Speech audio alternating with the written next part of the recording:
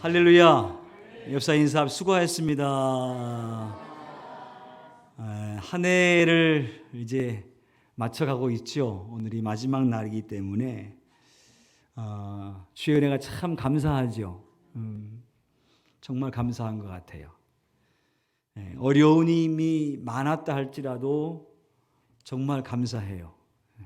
그리고 그 어려움 속에서도 주께서 인내하게 하시고 견디게 하시고 또 낙심하지 않게 하시고 또 하나님께서 다시 기회를 주신다는 것을 생각하게 하시고 그래서 포기하지 않고 믿음을 지키게 하시는 것이 너무너무 은혜롭고 또 승리하고 잘했어요. 다 잘 됐습니다. 너무너무 좋은 한 해였어요. 그래도 교만하지 않고 겸손하게 주님 도와주세요. 주의 은혜가 아니고선 살 수 없어요. 이렇게 겸손한 믿음을 가지게 한 것을 보게 되면 이 모든 것이 은혜가 아닌가 싶어요. 올해 참 어려웠죠. 그렇죠? 저도 가끔 이제 아내와 함께 마케트를 가게 되면 물가가 비싸가지고 뭘 사기가 참 겁나, 야, 참 비싸구나. 못 먹겠다. 굶어야 되겠다. 이렇게 할 때가 많은 것 같아요. 야, 참 비싸네. 고물가, 저경제 성장, 계속 수출을 마이너스 하다가 아마 올 10월 달부터 조금 회복되어서 좀 나아지고 있다. 이런 뉴스가 나왔어요. 그렇죠? 좀 낫긴 한다. 근데 여전히 어렵다. 특별히 젊은 사람들은 이제 영끌해가지고 영혼까지 끌어들여가지고 집을 장만했지 않습니까? 그렇죠? 근데 집값이 떨어지는 거예요. 빚내가지고 집 샀는데 집값이 떨어지고 금리 올라가니까 이게 어떻게 될지 모르겠어요. 그게 더 힘들어져 버리면 다 개인 부도가 나지 않나, 파산이 나지 않나 하고 염려할 정도로 지금 부동산 경기 거래 절벽이라고요. 또 건축 경기가 다 죽었다 그래요. 수상인공인들 보니까 일감이 없다는 거예요. 가게마다 다 임대 다 써붙여가지고 가게를 다 문 닫고 있는 상황 가운데 있어요. 이게 너무나 어려운 상황 가운데 있음을 우리가 알 수가 있습니다. 가계부채는 점점 더 많이 늘어가고 있고요. 그리고 올 한 해 특별히 자연재해가 참 많았습니다.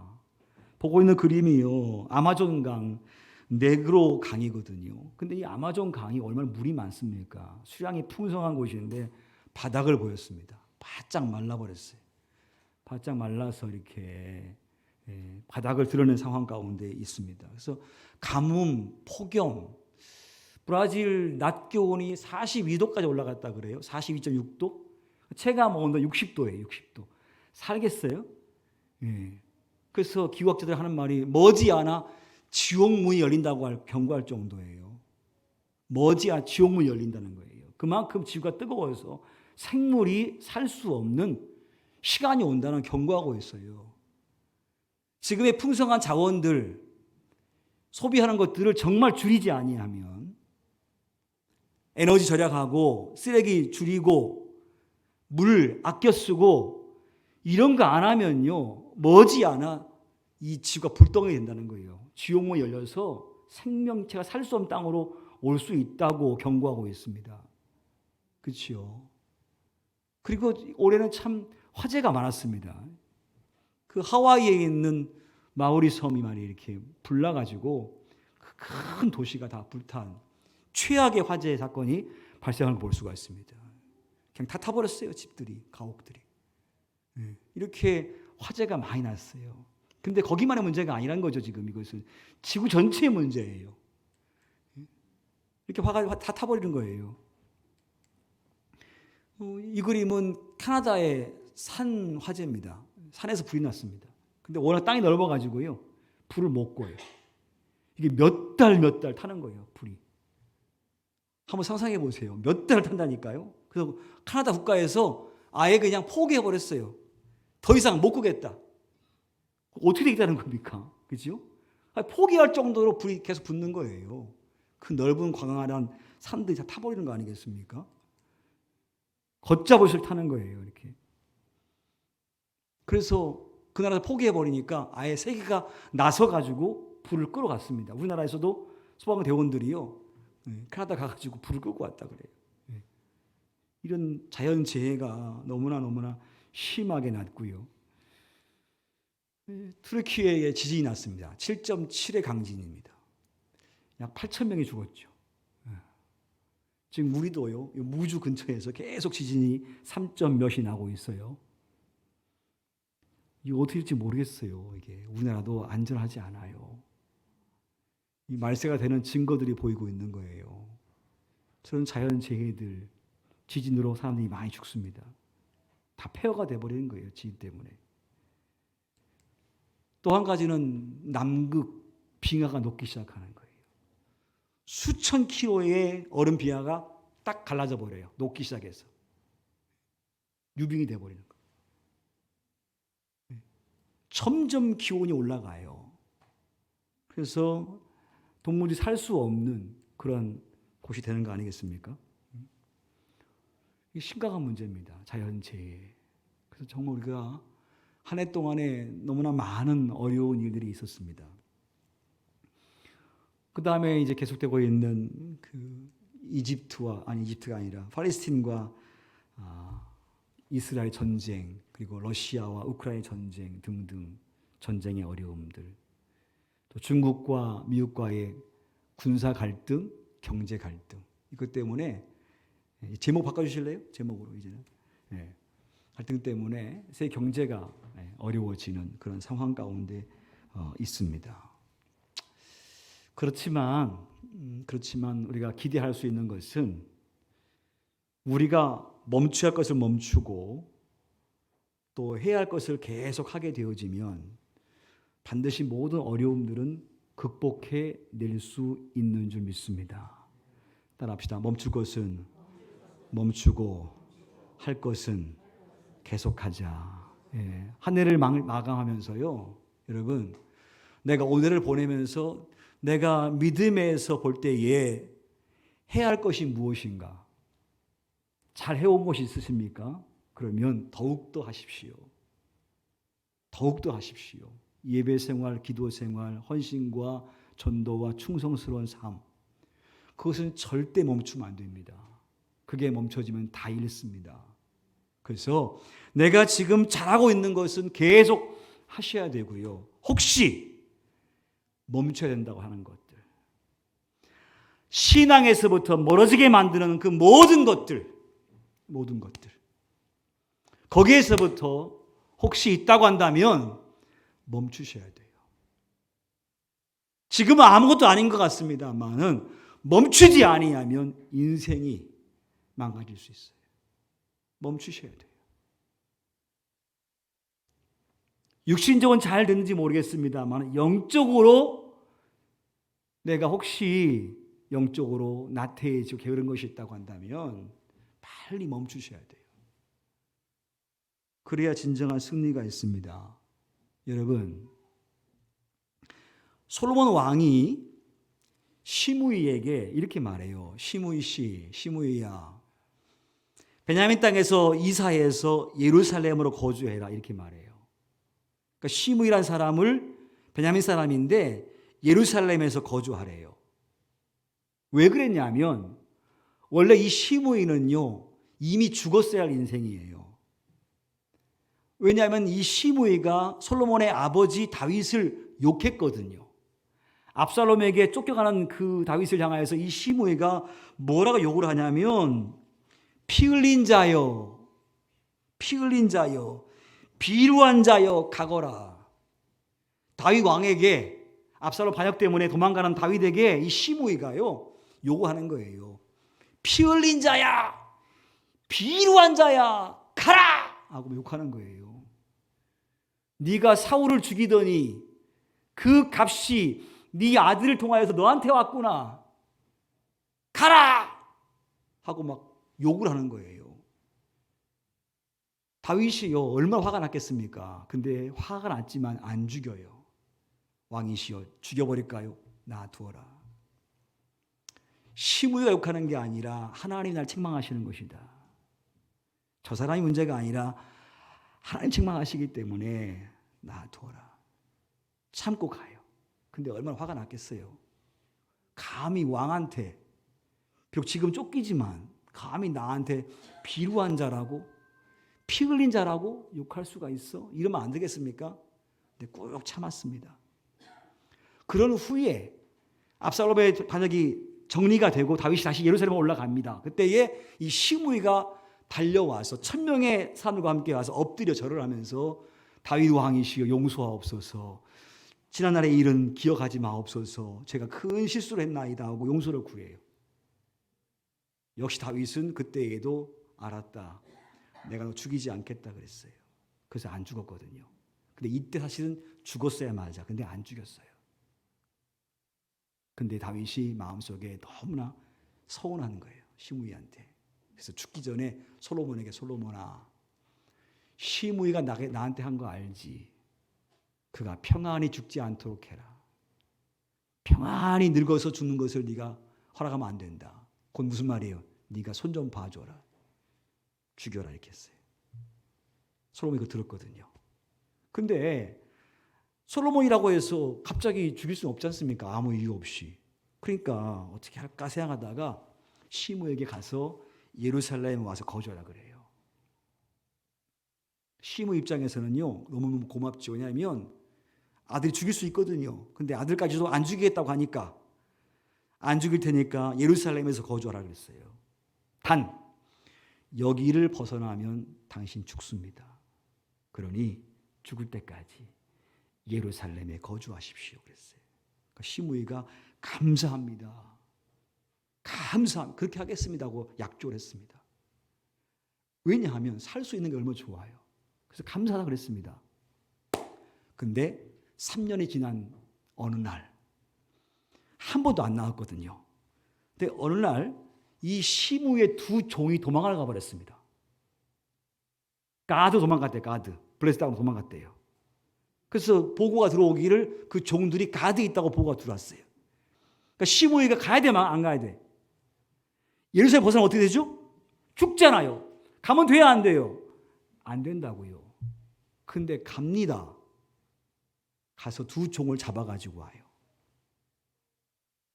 근데 그 이야기가 솔로몬의 보고가 들어갔습니다. 왕이시여, 시므이가 예루살렘 밖으로 나갔다 들어왔습니다. 그러냐? 가서 죽여라. 여러분, 이 시므이가 왜 그런 거예요? 도대체 분명 예루살렘을 벗어나서 기드론 골짜기 넘어가면 죽는다 했건만 왜 그거 알면서 왜 가냐고요? 왜냐하면 두 명의 종은 자기한테 돌아오면 자기의 삶이 편안해요. 종이 자기의 모든 가사 일을 도와줄 거거든요. 농사하며 모든 거 다 도와주지 않겠습니까? 둘이 없으면 자기가 일해야 돼요. 힘들어요. 그러니까 그 편리함과 편안함을 포기할 수 없는 거예요.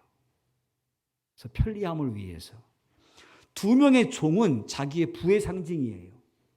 종을 거느리고 있으니까 부의 상징이에요. 그 돈이죠, 돈. 돈을 포기할 수 없는 거예요. 무섭지 않습니까, 여러분? 얼마나 어리석으냐면 편리함과 돈 때문에 자기 목숨 바꾸는 거예요. 이게 시므이라고요. 편리함과 물질 때문에 분명 벗어나면 죽어 했는데 그가 벗어나는 거예요. 오늘 솔로몬이 시므이 씨 예루살렘에 거주하세요 그랬어요. 어쩌면 이것은 축복이에요. 예루살렘은 하나님의 도성이에요. 주님이 계신 곳이에요. 여호와의 눈이 항상 있는 곳이에요. 어떠한 유혹이 다가와도 어떠한 미련이 생겨도 절대로 여기를 벗어나면 안 돼요. 하나님의 은혜 안에 거해야 되거든요. 근데 그걸 벗어나 버리는 거예요. 시므이가 이런 실수를 범해요. 사랑하는 성도 여러분, 우리가 살아가면서 우리 모두 영적으로 예루살렘에 거주하고 있는 사람들이에요. 그렇지요? 절대로 예루살렘을 벗어나면 안 돼요. 즉 신앙의 틀 안에서, 믿음 안에서 늘 살아가야 되는데, 우리의 마음속에 편리함과 우리의 마음속에 물질에 대한 추구함이 나를 잡아버리면 내 영적인 생명 바꿔버린다니까요. 영적인 생명 별로 안 중요한 것처럼 생각된다는 거예요. 그게 우리의 마음이에요. 우리의 어리석음이에요.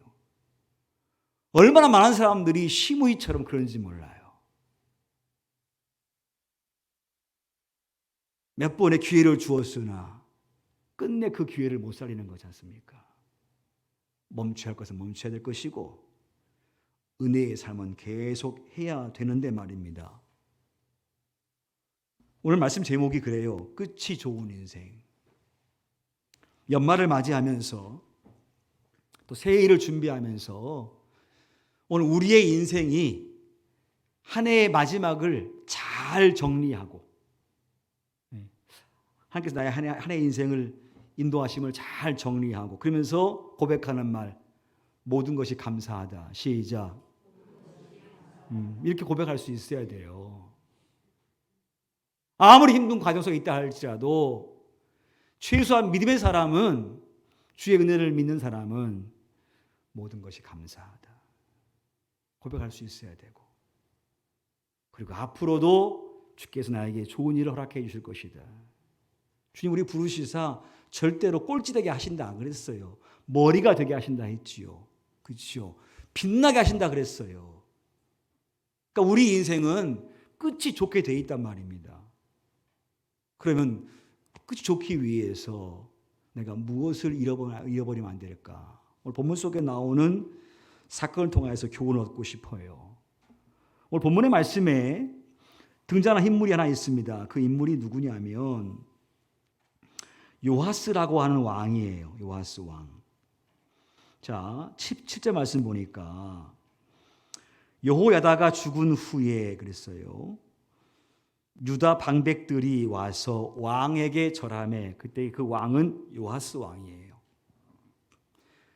여호야다는 그 당시에 제사장입니다. 제사장이 죽은 이후에 방백들이 왕에게 와서 하는 말이 그랬어요. 요아스라는 이 인물은 끝이 안 좋은 인물이에요. 왜 끝이 안 좋으냐면 은혜를 잃어버린 거예요. 따라합시다. 내 삶에 하나님의 은혜를 잃지 말자. 오늘 요아스 어떻게 죽냐면요. 우리 한번 25절 말씀 가볼까요? 25절 말씀. 좀 가봅시다. 25절 말씀 읽어봐요. 시작. 요아스가 크게 부상함에 적군이 그를 버리고 간 후에 그의 신하들이 제사장 여호야다의 아들들의 피로 말미암아 반역하여 그를 그의 침상에서 쳐 죽인지라. 다윗의 성에 장사하였으나 왕들의 묘시에는 장사하지 아니하였더라 그랬습니다. 자 보세요. 요아스를 누가 죽였습니까? 그의 신하들이 죽였습니다. 전쟁으로 말미암아 크게 부상을 입었습니다. 근데 부상을 입었는데 아람 군대는 그를 죽이지 않고 버리고 갔어요. 그 후에 요아스의 신하들이 왔습니다. 그리고 신하들이 발견한 후에 그를 침상 가운데 있을 때에 죽였어요. 요아스의 신하가 자기 왕을 죽이는 거예요. 도대체 왜 신하들은 자기 왕을 죽일까? 그 이유가 뭐냐면요. 이렇게 돼 있어요. 여호야다의 아들들의 피로 말미암아 그랬습니다. 그러니까 요아스란 왕이 여호야다의 아들들을 어떻게 했기 때문에 그 피로 말미암아 신하들이 왕을 죽여버리는 거예요. 그러면 도대체 여호야다는 누구이며 요아스와의 관계는 어떤 관계인가 하는 거죠. 사실 요아스 왕은 여호야다와 더불어 그의 가문을 정말 귀하게 여겼어야 맞아요. 평생 갚아도 갚을 수 없는 은혜를 받은 사람이에요. 여호야다에게 요아스 왕은. 왜냐하면 또 스토리가 긴데 제가 간단히 정리할게요. 그 요아스 왕 이전의 왕이 아달랴거든요. 아달랴? 여자입니다. 여자. 여왕이에요. 여왕. 근데 그 아달랴의 아들 아하시아가 왕이었는데 아하시아가 죽어요. 선지자 예후가 죽여버려요. 그러니까 자기 아들이 죽으니까 이 아달랴 왕 그 어머니가 아들이 죽으면 화가 나가지고요 왕이 돼요. 그런 다음에 이 아달랴가요 뭘 하냐면 다윗의 왕손들을 다 죽여버리는 거예요. 그러니까 아달랴라는 사람은 아합과 이세벨 사이에 나는 사람이에요. 아합과 이세벨은 우상 숭배를 대단히 열심히 한 왕이지 않습니까? 그 딸입니다. 그러니까 이 아달랴는 이스라엘이 잘 되길 원치 않아요. 그러니까 그 왕권을 가지고 다윗의 왕족을 다 죽여버리는 거예요. 한때 모아놓고 다 죽여버리는 거예요. 왕권을 가지고. 그때에 이 여호야다의 아내가 이제 젖먹이인 이 요아스 왕을 몰래 훔쳐가지고 데리고 나와요. 왕족이니까. 가만 난 다 죽으니까 이 아이를 끌어안고 유모왕 끌어안고 나와서 성전에서 6년 동안을 먹여 살려요. 왕족이죠, 왕족. 이 이스라엘을 이끌어갈 왕족의 후손을 극지 살피는 거예요. 유모에게 젖을 먹이게 해서 이유식 먹여서 키우는 거예요. 컸죠, 이렇게. 컸어요. 7세가 되었을 때에 이 여호야다가요. 그 당시에 이스라엘 방백들 다 불러 모아요. 그리고 레위인을 불러 모아요.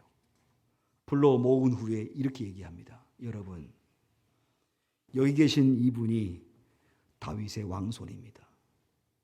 요아스 왕자입니다. 다 죽지 않고 살아계십니다. 제 아내가 그때에 6년 전 그때에 몰래 데리고 나와서 지금까지 키웠습니다. 여기에 왕될 자가 계시니 이를 왕으로 옹립하고 저 이방 신상을 섬기는 저 아달랴를 죽이는 것이 가하지 않겠습니까? 옳소! 그렇게 합시다. 그래가지고요 이 7세가 된 요아스 왕을 왕으로 세우고 아달랴를 죽여버려요. 드디어 이제 다시 다윗의 왕족이 국가에 선 거예요. 그러니까 무슨 얘기냐면 요아스는 여호야다의 가문이 아니었으면 이 땅에 없을 사람이에요. 또 그의 은혜가 아니어서 왕도 못 됐습니다. 그리고 하나님의 역사가 끝날 뻔했어요. 그 정도로 위대한 인물이기 때문에 자 24장 15절 보세요. 여호야다가 나이가 많고 늙어서 죽으니 죽을 때에 나이가 몇 세라? 130세라 그랬어요. 무리가 온 백성이 다윗성 여러 왕의 묘실 중에 장사였습니다. 제사장이지만 왕실 묘에 장사질했어요. 왕의 묘실에 장세를 지냈어요. 이는 그가 이스라엘과 하나님과 그의 성전에 대하여 선을 행하였습니다. 너무나 훌륭하기 때문에 왕실에다가 그의 시신을 모셔요. 그 정도로 좋은 사람이었습니다. 근데 이 요아스 왕이 왕된 이후에 여호야다가 죽자 그때부터 어떻게 하냐면요. 아까 우리가 읽은 것처럼 17절이에요. 여호야다가 죽은 후에 유다 방백들이 와서 왕에게 절하매 왕이 그들의 말을 듣고 무슨 말이냐면 그의 주상들 하나님 여호와의 전을 버리고 아세라 목상과 우상을 섬김으로 그 죄로 말미암아 진노가 유다와 예루살렘에 임하니라. 그러니까 방백이 와서 뭐라고 하냐면 우리가 우상을 숭배합시다. 아세라 상을 섬기고 바알을 섬깁시다. 이렇게 말했어요. 그러면 요아스 왕은 뭐라고 얘기해야 됩니까? 뭐라 말씀하시는 거예요 지금? 가장키란 말입니까? 어찌 그럴 수가 있어? 여호야다가 죽었거니 어떻게 그럴 수가 있어? 이렇게 해야 돼 맞거든요. 근데 이 요아스 왕이요 그 말 들어요. 쉽게 설명하면 방백들이 압력을 가했어요. 왕한테 압력 가했어요. 왕이 힘이 없어요. 그러면 이들이 무서워 안 무서워? 무섭겠죠. 그러니까 이들의 말을 안 들으면 안 될 것 같거든요. 그러니까 어쩔 수 없이 듣는 거예요. 하나님은 안 보이고 정치군들은 보이니까, 권력은 보이니까, 저들한테 인정 안 받으면 살 수 없을 것 같으니까, 백성한테 인기 얻어야 되기 때문에 마치 빌라도가 백성한테 인기 얻기 위해서 예수님이 죄가 없는 거 알면서 나는 죄 없다, 니들이 알아서 해라 하고 손을 씻은 것처럼, 왜? 권력 때문에, 헤롯의 눈밖에 나기 싫어서 했던 것처럼 말입니다. 이 요아스가요 거기서 거절하지 아니하고 그들의 말을 듣는 거예요. 그리고 아스도를 섬기고 오늘 말씀처럼 우상을 숭배하는 것을 허락하는 거 아니겠습니까? 여호와에다가 있을 때에는 그렇게 안 했던 사람이 여호와에다가 죽으니까 그렇게 바뀌는 거예요. 왜? 권력이 무서워서, 권위를 누리기 위해서 그렇게 하는 거 아니겠습니까? 참 감사한 것은 뭐냐면 하나님께서 이러한 요아스 왕을 포기하지 않아요. 선자들을 보내요. 선자. 19절 그러나 여호와께서 그들에게 누굴 보내사? 선자를 보내사. 근데 안 들어요. 선자를 보내도 안 들어요. 무섭죠? 세상의 맛을 들여버리니까, 권력의 맛을 들여버리니까요. 그것이 안 무서운 거예요.